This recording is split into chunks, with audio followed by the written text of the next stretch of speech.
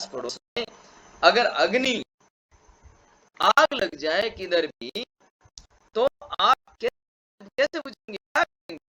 आप सभी को पता है, आप आग लग जाने पर तो पानी यानी कि फायर ब्रिगेड की गाड़ी बुलाएंगे, सीधी सी हिसाब है। यानी कि अग्नि बढ़ जाने पर हमें पानी का उपयोग करना है।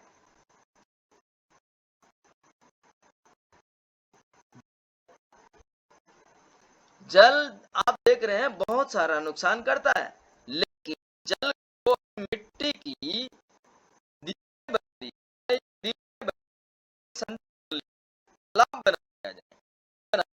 बाद बना दिया जाए तो जल बिखराव होने से बच जाता है और आगे पहुंचाने से रोक लेता है। यानी कि जल को नियंत्रण करने के लिए हमें पृथ्वी की सहायता, और पृथ्वी की सहायता कौन करेगा? पृथ्वी फट जाती है, पृथ्वी जल के कारण, प्रकोप के कारण पृथ्वी में बहुत सारी कठिनाइयां आ जाती है, पृथ्वी अस्त व्यस्त हो जाती है। तो पृथ्वी अपनी चिकित्सा खुद ब खुद करती है। जब जब बारिश आती है तो बारिश के पहले पेड़ पौधे हरे हो जाते हैं और वहां पर घास लग जाती है। ये घास लगना पृथ्वी की अपना एक कवच बनाना होता है जो पानी से बचा सके, और ये पानी से इतनी अच्छी तरह बचा देती है। जहां पर आप घने पेड़ पौधे देखेंगे, जहां पर आप घास देखेंगे, पानी कितना भी बह जाए लेकिन पृथ्वी को कुछ नहीं बिगाड़ सकता है। तो इस प्रकार से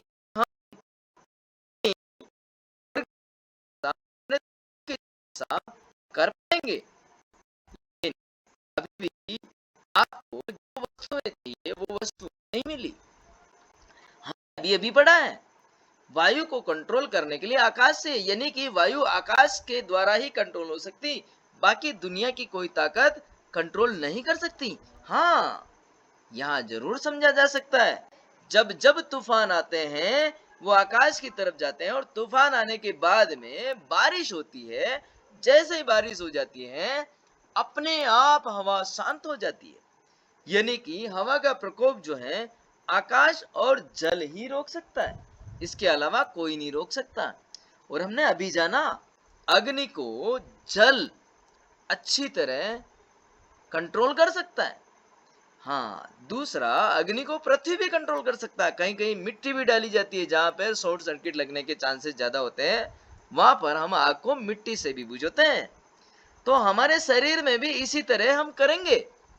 थोड़ा सा धैर्य रखिए। पृथ्वी ने अपनी चिकित्सा करी थी वायु से यानी कि पेड़ पौधे लगा करके। वायु पेड़ पौधे यानी कि वायु का एहसास हमें पेड़ पौधे हिलते हैं तब होता है, और ग्रीन है इसकी वजह से ये जो है, मैं आगे आपको बताने वाला हूँ क्यों हमने ये कलर इस्तेमाल किए। आकाश को शुद्धिकरण करने के लिए हमने अग्नि का उपयोग किया, यानी कि यज्ञ का उपयोग किया, हवन का उपयोग किया। वैसे यज्ञ जो है, हवन जो है, इन सभी पांचों ऊर्जाओं को नियंत्रण कर सकता है। लेकिन अभी हम उस स्थिति पर नहीं पहुंचे कि यज्ञ से पांचों तत्व कैसे नियंत्रण होंगे। ये हम आगे आने वाली कक्षाओं में अवगत कराएंगे। और जल को हमने अभी देखा है, जल जो है पृथ्वी कंट्रोल कर लेती है, यानी कि डैम बनाना, तालाब बनाना, उससे हो जाता है।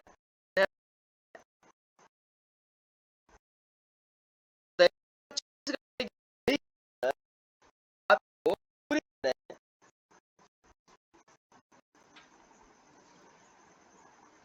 बता दिया था कि भाई कौन से घंटे में कौन सी ऊर्जा, कौन सा तत्व कार्य कर रहा है। इतना ही नहीं, हमने 12 महीनों को भी अलग अलग डिवाइड कर दिया। 12 महीने कौन से? जनवरी फरवरी मार्च नहीं, चैत्र वैशाख जेठ आषाढ़, श्रावण भादो अश्विन, कार्तिक मंगशीर्ष, कहीं कहीं अघन भी कहते हैं, पोष माघ फागुन। ये महीने हमें याद होने चाहिए। इसी महीने के आधार पर हम ऐसा करेंगे, इसी महीने के आधार पर हम बताएंगे तो के बारे में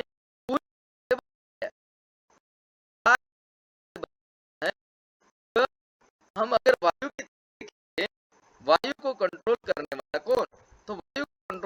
वाला आकाश। ये चित्र में पूरी तरह से आकाश को कंट्रोल करने वाला कौन? करने वाला कौन? अग्नि को कंट्रोल करने वाला जल। जल को कंट्रोल करने वाला कौन? को कंट्रोल करने वाला पृथ्वी। पृथ्वी को कंट्रोल करने वाला कौन? पृथ्वी को कंट्रोल करने वाला वायु। यानी कि वापस पुनः वायु को आकाश। ये पूरा ब्रह्मांड का जो चक्र है ये पूरी तरह से चला हुआ और पूरा ऑटोमेशन पे, किसी को भी कोई भी समस्या नहीं आती है। इस प्रकार से ऑटोमेशन पे है। जिस प्रकार आप देखेंगे एक माँ एक शिशु को जन्म देती है और उस शिशु के जन्म होने के तुरंत बाद हमें पता चल जाता है कि ये बालिका है या बालक है। हमें ये भी पता चल जाता है ये बालक आगे चल के युवा बनेगा, आगे चल के पुरुष बनेगा और आगे चल के ये परिवार बसाएगा। उसकी सारी क्रियाएं उसके अंदर विद्यमान होती है, लेकिन समय समय पर वो एक्टिवेट होती है, बिना समय एक्टिवेट नहीं होती है। कितना बढ़िया ऑटोमेशन है, कितना सहज और सरल बनाया हुआ है। इसी प्रकार एक बालिका का जन्म होने पर वो आगे चल के एक मां बनेगी। इतना सारा सिस्टम इनबिल्ट दिया हुआ, अंदर दिया हुआ। क्या प्रकृति है, क्या ईश्वर है, उस ईश्वर को हमें पहचानना पड़ेगा। और इसी प्रकार से इस प्रकृति के अंदर भी ये सारे सिम्टम है। और हम अगर छोटी भाषा में समझें, सर्दी गर्मी और बारिश को लेकर के भी समझें, तो जब जब गर्मी का प्रकोप बहुत खतरनाक बढ़ जाता है, बहुत खतरनाक, तो बारिश आकर के उसे शांत कर देती है। सुनिए, बारिश का प्रकोप जब बढ़ने लग जाता है, चारों तरफ बारिश से जब परेशान होने लगते हैं लोग, तो सर्दी आकर के उसी पानी को बर्फ के रूप में जमा देती है।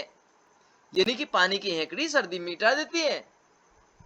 और क्या करते हैं, सर्दी इतनी भयानक पड़ती है, माइनस तापमान चला जाता है।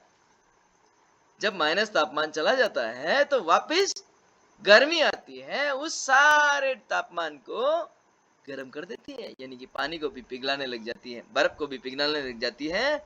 और इसी प्रकार सर्दी गर्मी बारिश का चक्र चलते रहता है। इसी प्रकार जन्म होना और मरने का चक्कर चलता रहता है। इसी प्रकार बचपन जवानी और बुजुर्ग का चक्र चलता रहता है। अगर ये चक्र चलता रहता है, छोटी सी चूक हमें करती है और उस बीमारी को हम नहीं समझ पाते, बीमारी को, उस सिम्टम को हम नहीं समझ पाते।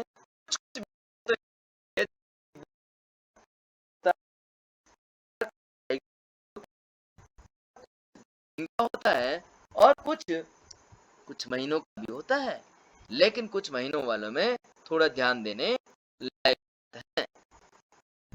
हमने इसके पूरे व्यवहार को भी समझा। प्रकृति के अंदर वायु का जो व्यवहार है वो चंचलता है, वो गतिशीलता है, वो गुस्सा है, वो बल है। देखिए यहाँ गुस्सा लिखा हुआ, क्रोध नहीं लिखा हुआ है। ध्यान रखिए, गुस्से और क्रोध में अंतर होता है। गुस्सा वो होता है जो अचानक से थोड़ी देर के लिए आया और थोड़ी देर बाद कुछ नहीं, गायब। और क्रोध वो होता है जो कुछ समय चलता है, ज्यादा चलता है, गंभीर होता है। तो हमने वायु का स्वभाव समझा, चंचल, गतिशीलता, गुस्सा और बल। अग्नि का आप सभी जानते हैं, क्रोध है, जोश है, उमंग है, जज्बा है और कर्म करने का जो स्वभाव है वो अग्नि का ज्यादा है। पृथ्वी का जो स्वभाव है वो स्थिरता है, वो आलस्य है, वो धैर्य है, वो क्षमा है, वो सहनशीलता है। आकाश का जो व्यवहार है वो विवेक है, वो फैलाव है, वो एकांत है, उदासीन है। और जल का जो है भय है, गंभीर है, कंपन है, चिंता है, सुनपन है। इसको हम आगे और से विशेष तरीके से समझेंगे। ये तो हम महीने भी बताइए थे, वायु के जो महीने हैं, यानी कि वायु के कारण जो व्यक्ति बीमार होता है वो पौष और माघ महीने में बीमार होता है। हाँ, बैसाख और जेठ में भी होता है, दोनों वायु के कारण होता है। ये ठंडी वायु होता है, ये गर्मी वायु के कारण होता है। ये अग्नि के अंदर वायु मिली और ये जल के अंदर वायु मिली, तब जाके वो, इस हम थोड़ा आगे जा करके पढ़ेंगे। अग्नि जो है फाल्गुन और चैत्र महीना, प्रचंड अग्नि जो है यानी कि तीव्र अग्नि बैसाख और जेठ महीना, पृथ्वी जो है आषाढ़ और श्रावण महीना। देखिए, आषाढ़ और श्रावण महीने की मैं छोटी सी और कहानी बता देता हूँ। अभी जो मौसम चल रहा है, इस मौसम को हम आषाढ़ और श्रावण में लेंगे, यानी कि श्रावण चल रहा है। जब जब प्रकृति के अंदर एक व्यवस्था होती है, गर्मी से बारिश आती है और बारिश इतनी खतरनाक आती है, तेज आती है कि जो बावनी हो जाती है और खेत में फसल लगने लग जाती है, बीज अंकुरित होने लग जाते हैं और भीनी भीनी खुशबू चारों तरफ से आने लग जाती है। जब ये भीनी भीनी खुशबू चारों तरफ से आने लग जाती है, तब हमारे शरीर में एक क्रिया होती है। जिस प्रकार प्रकृति ने इस पृथ्वी मंडल को पूरा पानी से धोकर के साफ किया है, क्लीन किया है, इसका शुद्धिकरण किया है, तो यहां हमारे शरीर की जो प्रकृति है, वो प्रकृति भी इस शुद्धिकरण में भाग लेकर के हमारे को भी जो मल ठोस था वो द्रव्य रूप में यानी कि लूज पने में आने लग गया। ऐसा ही नहीं, अधिकांश लोगों को इस मौसम में दस्त लगती है और दस्त लगना स्वाभाविक है। दस्त इस मौसम में दस्त आना उसके निरोगी होने का सिम्टम है। दस्त कितने दिन? 2 दिन, मुश्किल से 3 दिन, इससे ज्यादा नहीं। और एक ही दिन खुल के आती है, दूसरे दिन वापस धीरे धीरे चली जाती है और तीसरे दिन वो स्थूल होने की क्रिया में आ जाती है। लेकिन साथी मित्रों, इस मौसम का हमने ध्यान नहीं रखा, इस प्रकृति का हमने ध्यान नहीं रखा, इस प्रकृति शरीर का हमने ध्यान नहीं रखा, और जैसे ही दस्त आ गई हमने चले गए डॉक्टर के पास। क्या करते हैं, वहां से गोलियां ले ली और हमने वो गोली जो थी हमारे मल को स्थूल बनाने के लिए काम किया या नहीं किया वो तो बाद का विषय है, लेकिन हमारे शरीर में उसने अग्नि को बढ़ा दिया। जब अग्नि को बढ़ा दिया तो अगले साल हमें कभी दस्त नहीं लगेगी, उसके अगले साल दस्त नहीं लगेगी। जब हमारे को इस प्रकार की दस्त नहीं लगेगी तो हमारा कोठा साफ नहीं होगा। हमारे अंदर जो बड़ी आंत के अंदर, आमाशय के अंदर जो कीटाणु है, जो जीवाणु है, वो पूरी तरह से खाली नहीं होंगे तो नए जीवाणु का निर्माण नहीं होगा। नए जीवाणु का निर्माण नहीं होना शरीर के ग्रोथ को रोकता है, शरीर में आलस्य बढ़ाता है, शरीर में कई सारी बीमारियां बढ़ाता है। लेकिन जो जो इन छोटे छोटे सिम्टम को लेकर के डॉक्टर के पास जाता है वो सदैव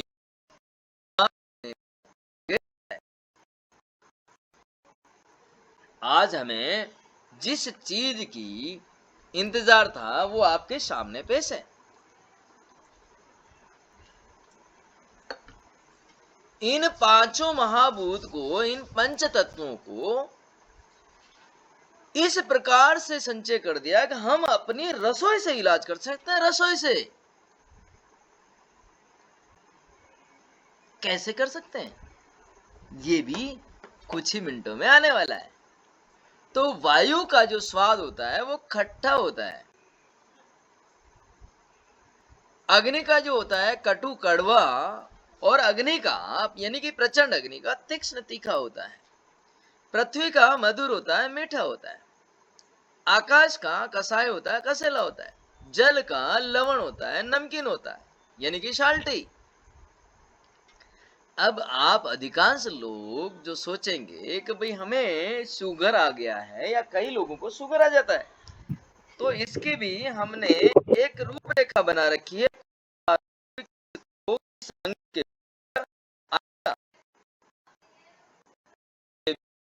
पूरी तैयारी